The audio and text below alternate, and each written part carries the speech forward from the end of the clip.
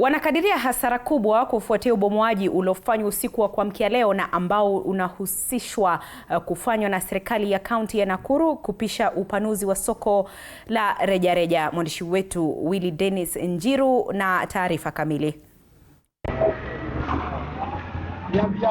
Wakazi wa Mai Mahiu waliamkia na kushuhudia uharibifu mkubwa baada ya majengo kadhaa ya biashara kubomolewa usiku wa kuamkia leo Alhamisi, ambao unadaiwa kufanywa na serikali ya kaunti ya Nakuru. Sisi tulikuwa tunaona karakta usiku wa saa 7. Wakakuja wakamomoa nyumba zetu. Alafu Friday hii ilipita, kulikuwa kunatakikana tukuje tumomolewa. Alafu kukakuwa Saturday. Msie Kamau alikuwa anaeta yule mama wa pale kona. Akamwambia kuja, utakuja kumomolewa usiku. Si kufurahia hivyo. Hata mimi naona mbaya wakimomolewa.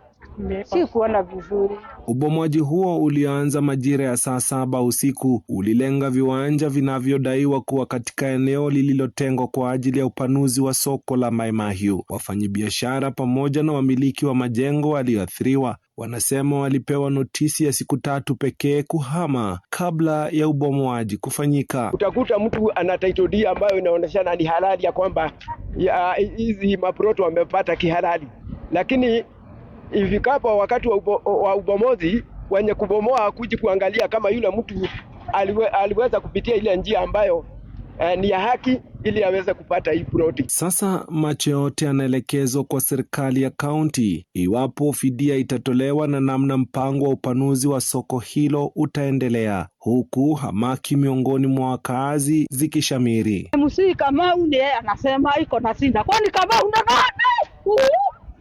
Kwani Kamau ni nani? Kamau ni nani?